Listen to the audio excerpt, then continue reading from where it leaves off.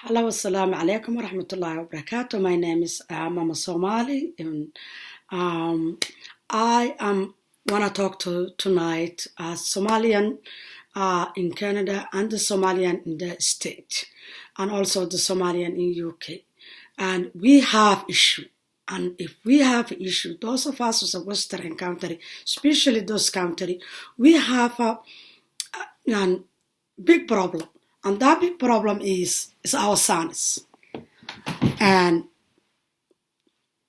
we have to speak the truth. We have to be realistic. 100 of boys kill each other over the years in Canada state and Canada and the state and the UK. And Somalian mothers, to be honest and to be realistic, we know what's going on in our homes. We know what's going on, what our boys are doing, our sons are doing. The violence, a gun, is to destroy our back home in Somalia. We have to stop hiding our sons when they are criminals, when they are killing each other, when they have illegal guns, when they have knives. We have to stop lying and telling each other lies. We have to be realistic. We have to be realistic, and we have to tell our sons the truth. The country we live, the countries we live, all of you know, those countries, they took us from a refugee camp when our own manis, our own Somali manis, destroy our country and make us refugee. Somalia is the most beautiful country. It's like an island. We have the longest ocean in Africa. Beautiful summerland. Rivers, oceans, Red Sea, Indian Ocean. And we have all the animals in the zoo all over the world. The people to see money, we used to see free. I grew up that. We had a beautiful country, beautiful. We, as a Somalia, no one had. When I was growing up, the hospital was free. The schools were free. The universities were free. That was in Somalia. The scholarship was free, just like Libya. Who destroyed that? Somali man. Somali male. Everything happened. The who closest to us, as Somalians, as Muslims. So Dubai, Saudi Arabia, and all the Muslim countries. And many of them, we know if we go there and you don't have Aqama, they will kick you out from their country. And we know if your child is born in Saudi Arabia or Dubai, it will never get a citizen of their country. We are very fortunate. A Western world helps us. 90% of us, we come from either Kenyan refugee camps or Ethiopian refugee camps, or somewhere few of us reach far away. We know our life. We remember the way life was like that. In Kenya, if you don't bribe the police, they used to put us in jail and put us back in the war zone. Otherwise, someone has to pay money. Somalian refugee was a business many, many years in Kenya. And up to right now it is. And they are our neighbor. They are Africans. Part of it is a Somalia. It's a Somalian land. But they used to make us money. We were fortunate Allah give us this opportunity, and the Western world give us this opportunity. And we have to wake up. We have to stop hiding when our children become a criminal. If you have 8 kids and one of them become criminal, if you stop that criminal, before he get killed, he will get help. There's a lot of counseling, a lot of things, a lot of therapists in here. And he will go jail and learn his lesson. And rest of your children, it might get safe.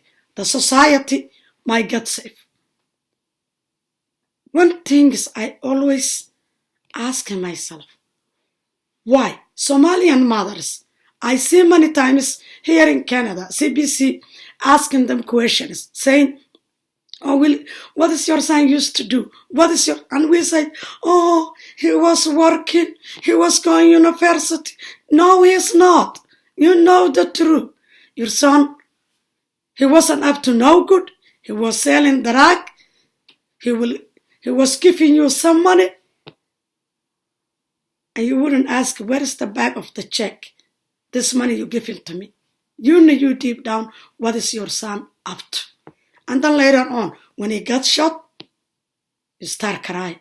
When he killed somebody and go jail, you start crying. It was good guy. It wasn't good guy. Stop lying. You lying and you closing your eye from the reality. It's not gonna help you. It's not going to help your son. Please, before it's too late, we live in a country, there is a law, there is a fairness, it's a peaceful. Please, stop lying. Stop making up a story. Stop lying yourself and your son. If your son is not up to no good, go to the call. You don't have to go. Talk to him. If he doesn't stop, make the first call before it's too late. Before he got killed or kill somebody and serve lifetime in prison. Or some of these states, they have a persecution with electric or whatever. But later on, don't sit the media cry when it's too late that you cannot do nothing. Please, to share my story. One of my sons in Formac, I talked to them. He started the drop school in high school. He started this business. I talked to him. He didn't listen. I told him, if you don't stop, I'm not letting you sell drug, poisoning rest of my children, rest of my sons, and my neighbor's children. I'm not allowing you. How could I allow my son sell drug and poison another children in my neighbor, in my sons and my children classmates, my neighbor, my community? I'm not allowing that. These countries, they help us like no one else. We should be praying and always saying Alhamdulillah and Ya Allah, bless those who open their doors and welcome us, bless forever. And we have to respect in this land. We have to respect our land. When you hide your son and your daughter and you know they're a criminal, you're not doing that. You're not helping your son. You're not helping yourself. You're not helping the rest of your children. That's why. But no 1, 2, 3, all of them go after each other and kill each other. And many of them are jailed. Nowadays, you see one Somali mother, 2 of them get killed, 2 of them are in prison. That's it. And then now she start talking to herself and getting diabetic, high blood sugar, getting a stress, getting a mental illness. It wouldn't be that way if you stop the first one. One bad apple can destroy many apples. We have to stop. We have to be realistic. The police doesn't know what's going on inside our houses. In this country, everybody's door is closed. But the reality is the mother knows what is your child up to. You know if your son working, if he's selling drug, if he's going to school, if he's not. We all know what our children are up to. Let's be realistic. Stop hiding and cry later on, my son, my son, my son. You can help your son today and teach him a lesson and save the rest of your children. Be a good example. Be a brave. When your son didn't listen to you and you see, instead of when he kills someone, serving a life prison, you rather call the police and serve just like me, couple years, and learn his lesson. And go rehabilitation. My son, who didn't listen to me many, many years, finally, when I got the courage to call the police and say, I told them, stop him before it's too late. Before my son, he's selling drug, and when it comes to drug, there is a gun involving, there is money involving. Soon, just like happened, hundreds of mothers. I was seeing all the mothers what happened. And I say, now or never. I make the decision, either I do something right now, or it will never. Thanks God, my son today is safe. He finished almost high school. He take welding. He takes so many courses, scaffolding. If he come out, he has a job. And he's more thankful today to me when he see how many 21 years in prison, federal prison, serving lifetime, who kill people. Serving in a lifetime, no bro, 20 years, 22, 23. If that boy is their mother, call the police when she see the first action, is not listening and he's up to no good, he wouldn't serve that much. Today, he will have a chance to learn his mistake and to come back to the society and have a respect and manner. So, before it's too late, talk to your sons, talk to your children, and if it comes to clear they're not listening to you and they're doing a criminal activity, please call the police. When you call the police, number one person you're helping is your child. Because when you stop before he kills somebody, before he do bad and go farther for this, before it's too late him to when it's not. If you stop when it's 25, still have all his life to do better things. He can work another 40 years to do better, and he will learn his lesson. But if you don't allow, if you don't teach, there is a law. We live in a beautiful country. We don't want it.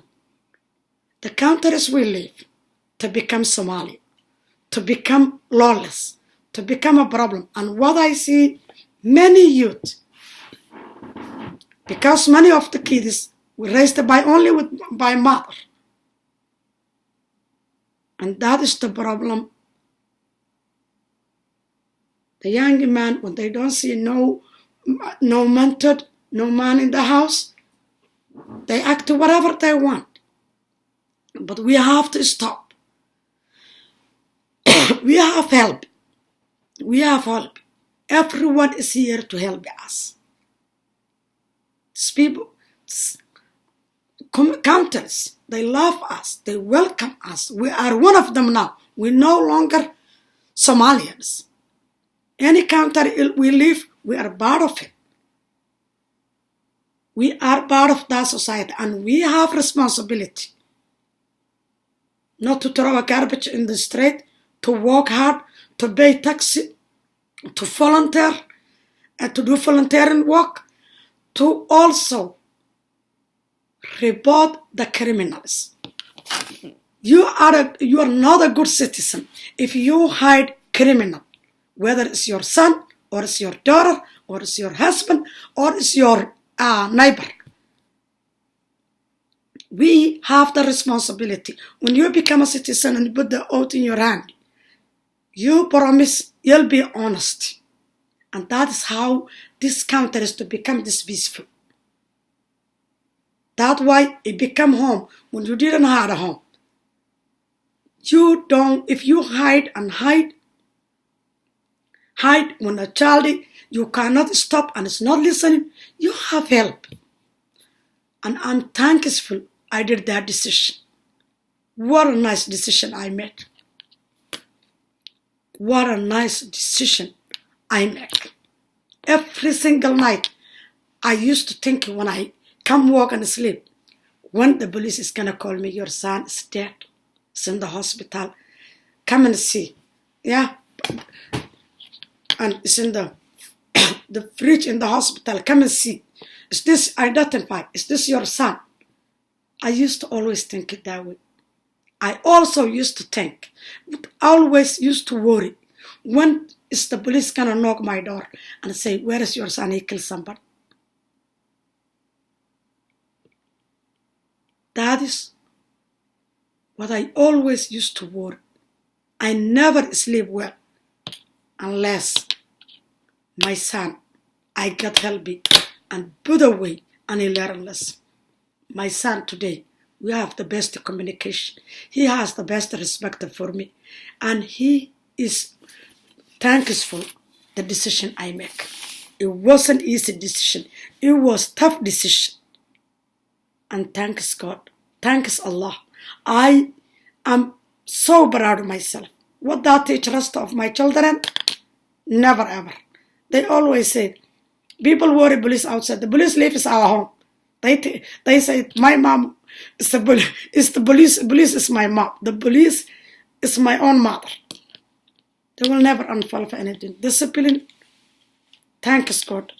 And my son now is coming out soon. He get lots of help. He grew up. He learned. He get a lot of education. That opened his eye. That opened his eye. And thanks God. The couple years I put away, I think more than 150 Somali boys, sons, a Somali young man, get killed each other. And another couple hundred is a prison serving lifetime, killing each other or other people, or doing a bigger crime.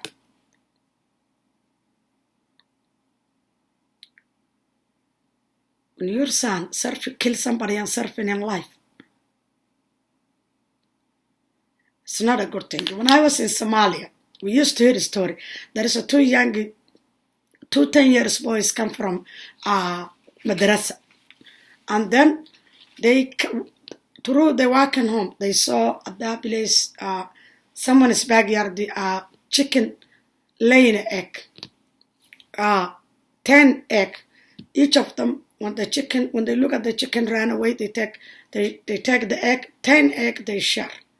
Sometimes and everyone knows in Somalia, when the backyard is not built like here. And then they shared 5 and 5 and they took home the mother. One of the mothers said, oh, you got egg? She cooked him. She said, oh, good, I'm gonna make you something, put here. The other mother tell her. The other boy's mother tell her, where do you get this egg? Take me right now, put it back. That chicken belongs to somebody, our neighbor, and that egg belongs to them. Put it back. Let's go. She took him, he showed her the 5 eggs, and put it back. That boy, his mother, cooked the egg and eat that haram egg. That doesn't belongs to the neighbor. It started that day getting stealing, taking something also, stealing until the last time. Then he, later on, when he grew up, he started becoming a burglar and stealing, breaking the houses and stealing. One night he was breaking a house, he break house, when he want to steal some gold and some clothes. The woman hold him, he take a knife, he killed the woman. She yelled, the neighbor come, they hold him, they put him in jail. That time was the time in Siad Bar. And what happened? He persecuted. He says his mother, last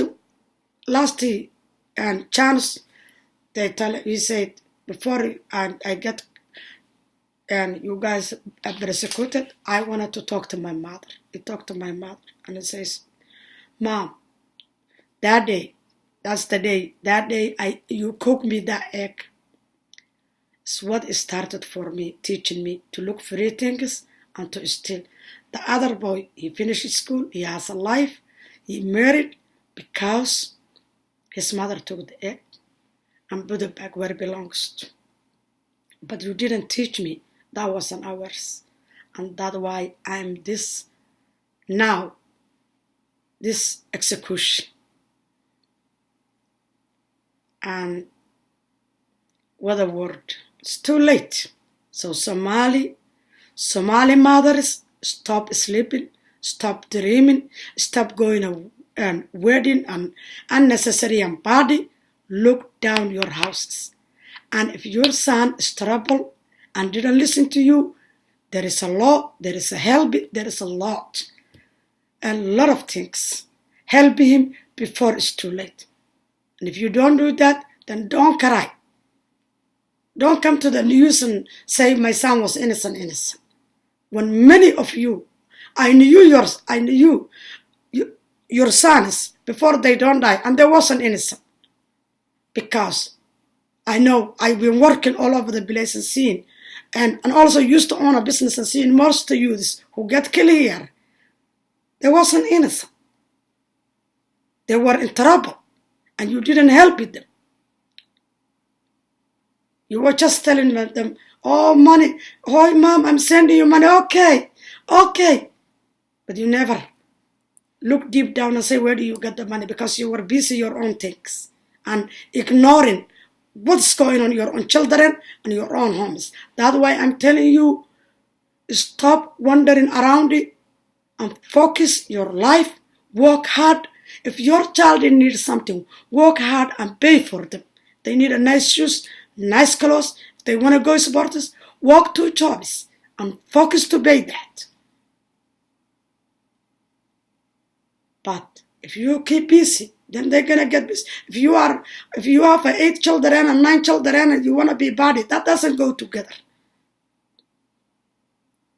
And you're a single mom, which many of our community is today.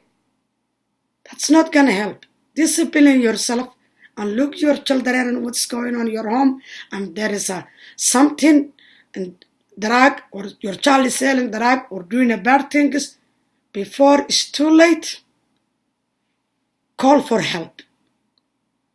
If you get cancer, drug is like cancer. If you get cancer, when it's stage 1 and small place, if you right away go to the doctor and that get help, you might not need a chemotherapy. Something with if a child involved criminality or drug selling or drug using, and you look help right away, then it's good. You can fix it. You can help your child. But when you see your child is in trouble and you keep smiling and say, oh, I need money, and you don't know where you get it. And you think everything is going to be okay, assuming Everything is not gonna okay. It's not gonna be okay.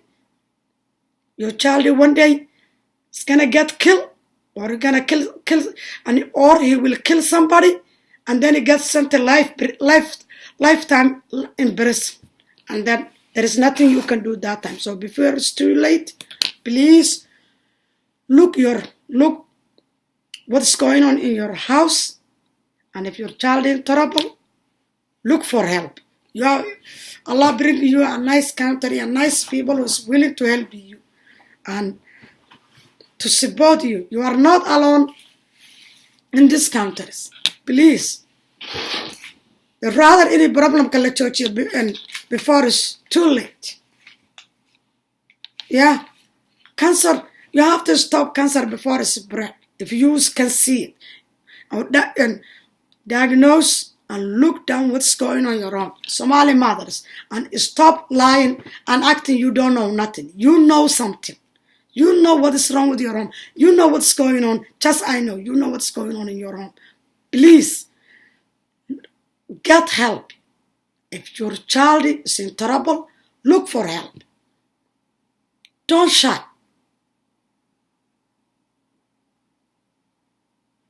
You rather help your child and help yourself instead of later on you be sorry and you be crying. Assalamu alaikum wa rahmatullahi wa barakatuh. We have all responsibility to stop if our child is doing a criminal activity. We have to all stop before it's too late and look for help. Those of us who are in a position that where they can get help or live where they can get help.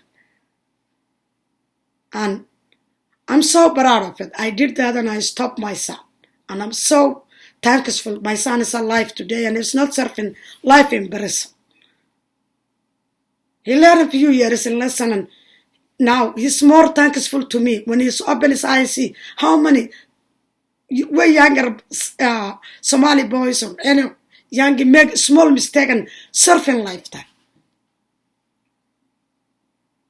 Because when someone surfing few years has a choice to get rehabilitated and to get better and to serve and to prison is not only locked people in this countries. There is a rehabilitation, there is education, there is a counseling, there is a lot of help.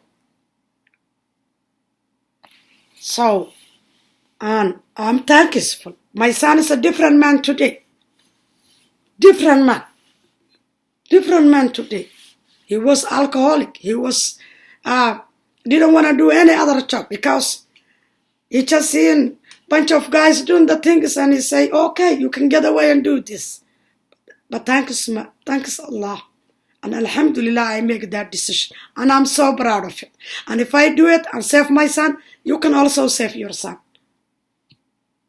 Assalamu alaikum wa rahmatullahi wa barakatuh.